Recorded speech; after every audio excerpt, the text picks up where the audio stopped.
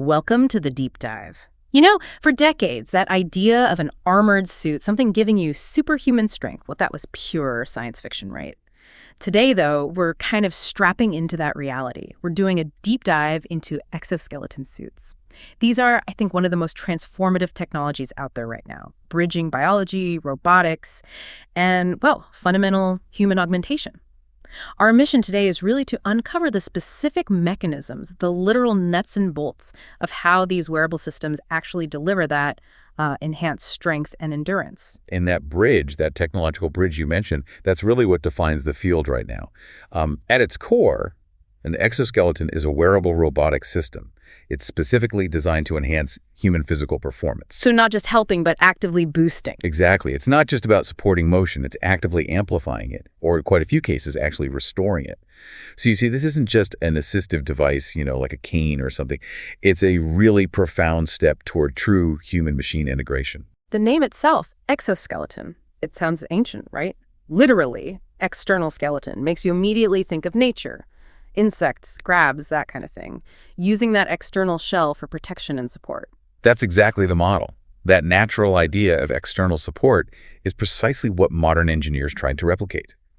So when we talk about a technological exoskeleton today, we mean a mechanized wearable frame. The frame, it's aligned with the human body, and it uses active components, motors, hydraulics, maybe elastic materials, and they're controlled by these highly sensitive sensors and onboard computers, all working together to seamlessly augment the user's own efforts.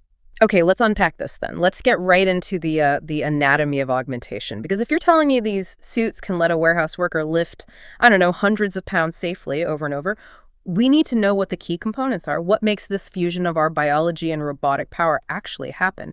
Right. It's really quite an intricate stack of engineering, material science, and AI working together. We could probably break it down into 6 essential components. First off, you've got the frame. This needs to be incredibly light, but also incredibly strong. So we're talking materials like carbon fiber, maybe specialized composite alloys. And crucially, the frame has to mirror the human kinematic chain. It needs to align perfectly with the hips, knees, shoulders. Otherwise, it could actually cause injury, not prevent it. Okay, so that's the skeleton. What about the frame's muscles? What provides the actual power? Okay, those would be the actuators. Think of these as the motors. They generate the motion, and importantly, the massive force needed for that augmentation.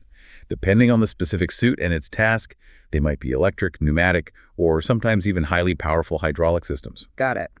So the motors provide the brute force, but something has to tell the suit when and how much power to deliver. That's the sensors, right? What are they actually reading from the user? That's probably the most fascinating part, I think. The third component, the sensors, are how the suit basically reads your mind, or at least your body's intention. We use things like inertial sensors, IMUs, to track where your limbs are in space, and pressure sensors for, weight distribution. But the real magic arguably comes from EMG sensors. That's electromyography. These can detect the very faint electrical signals produced by your muscles before you even fully contract them. Wait, hang on. So the suit isn't just reacting to my arm moving. It's actually anticipating the movement because it picks up the neural signal traveling down my limb. Precisely, yes. Yeah. And translating that instantaneous detection into smooth, synchronized power. Well, that's the job of the fourth component, the controller or processor. This is the brain of the system. It has to process this huge stream of sensor data in milliseconds, and it uses AI algorithms, predictive modeling. This predictive function is absolutely key. It essentially guesses your next move and starts applying the actuator power to support you simultaneously with your own effort, not after. Okay, that's incredible.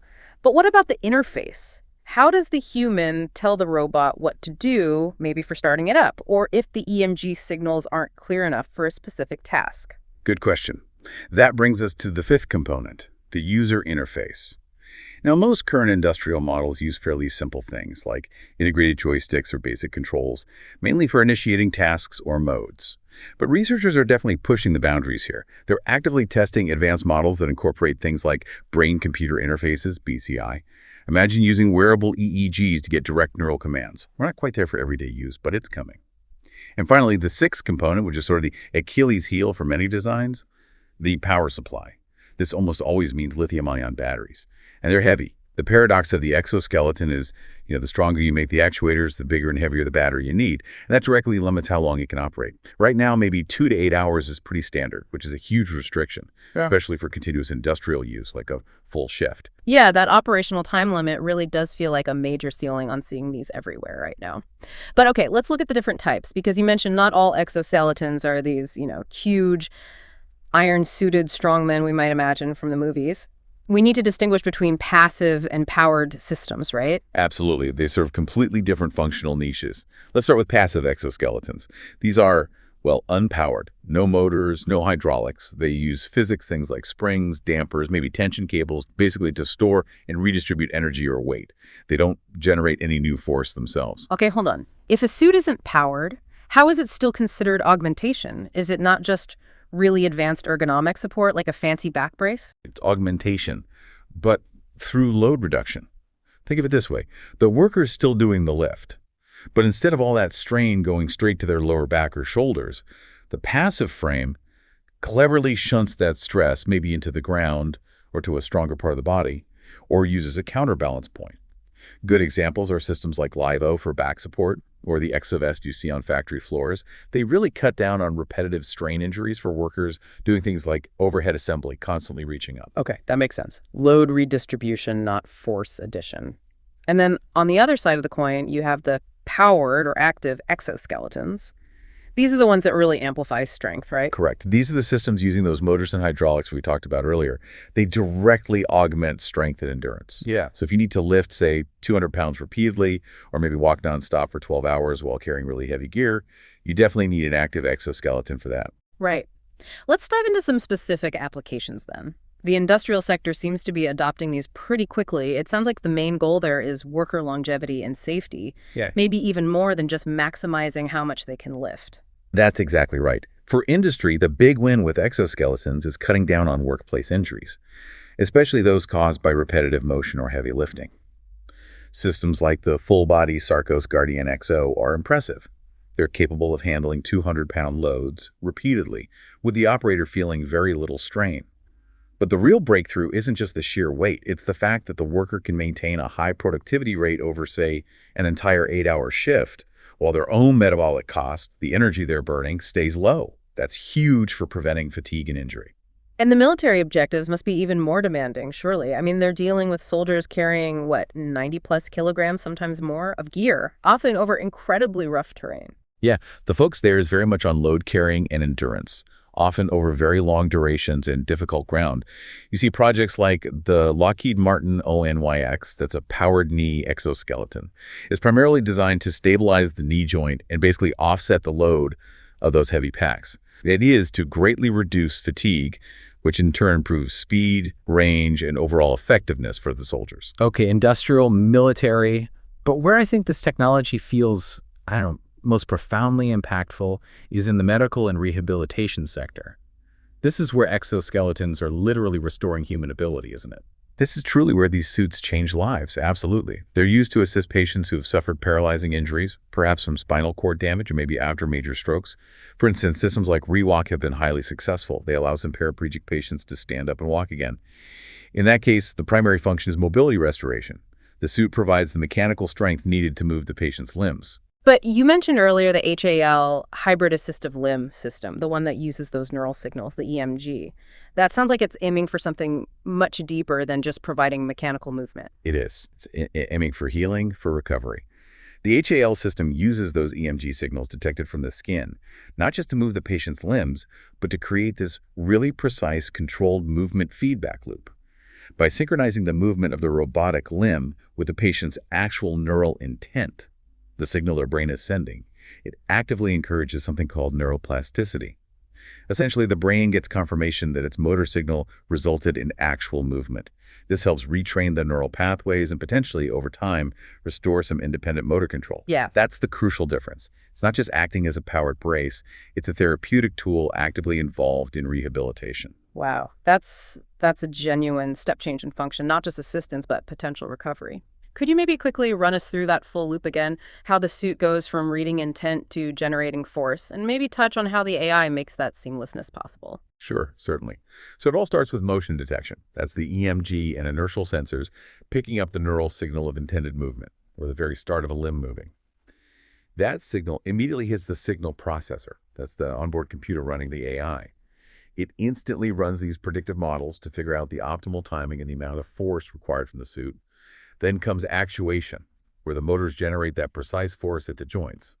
And because the AI is predictive, like we discussed, it starts augmenting just before or as the human muscle fully commits, making it feel smooth. Finally, there's a constant feedback loop. The sensors are always monitoring the movement, feeding data back to the controller, which continuously adjusts the power to ensure the movement stays smooth, synchronized, and safe. And there's some clever engineering involved, too.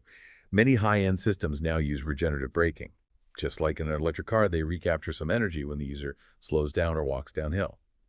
It doesn't solve the battery problem, but it helps extend that limited battery life, even if just marginally. That regenerative braking is smart engineering, definitely. But like you said, it only slightly offsets that major hurdle we keep coming back to, the battery life. So let's talk reality check. What's really preventing these suits from being, say, standard equipment on every factory floor construction site, given the huge potential safety benefits? What are the primary constraints holding back mass adoption right now? Yeah, we consistently see really 4 major hurdles cited across the industry. The first one, inevitably, is the power supply. We've touched on this, but even with things like regenerative braking, batteries are still heavy, they're expensive, and that limited operational endurance, that typical 2 to 8 hours, it just means the suit often can't last a full double shift, or even a long single one, without needing downtime to recharge or swap batteries. And the second hurdle, I imagine, is the cost. These sound incredibly expensive. If a high-end powered suit costs, what, $30,000 to maybe over $150,000 per unit?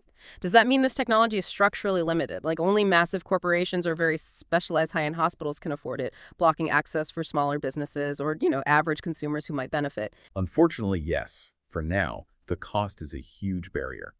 It significantly restricts widespread adoption outside of those specialized military or large industrial contexts where the return on investment, maybe in injury prevention or productivity gains, can eventually justify that very high initial price tag. The third hurdle is just pure engineering complexity. Control precision. Getting a mechanical frame to perfectly mirror the subtle, highly variable, sometimes unpredictable movements of a human being, and doing it in real time without lag, it's just intensely difficult. Any slight delay or error in synchronization can feel really unnatural, or worse, could potentially even cause strain or injury. And the fourth one is a very practical issue, ergonomics. Humans vary wildly in size and shape, right? A suit has to be designed to fit a range of body types comfortably. It needs to be relatively easy to put on and take off. And critically, it actually cannot restrict the wearer's natural range of motion in joints that aren't being assisted.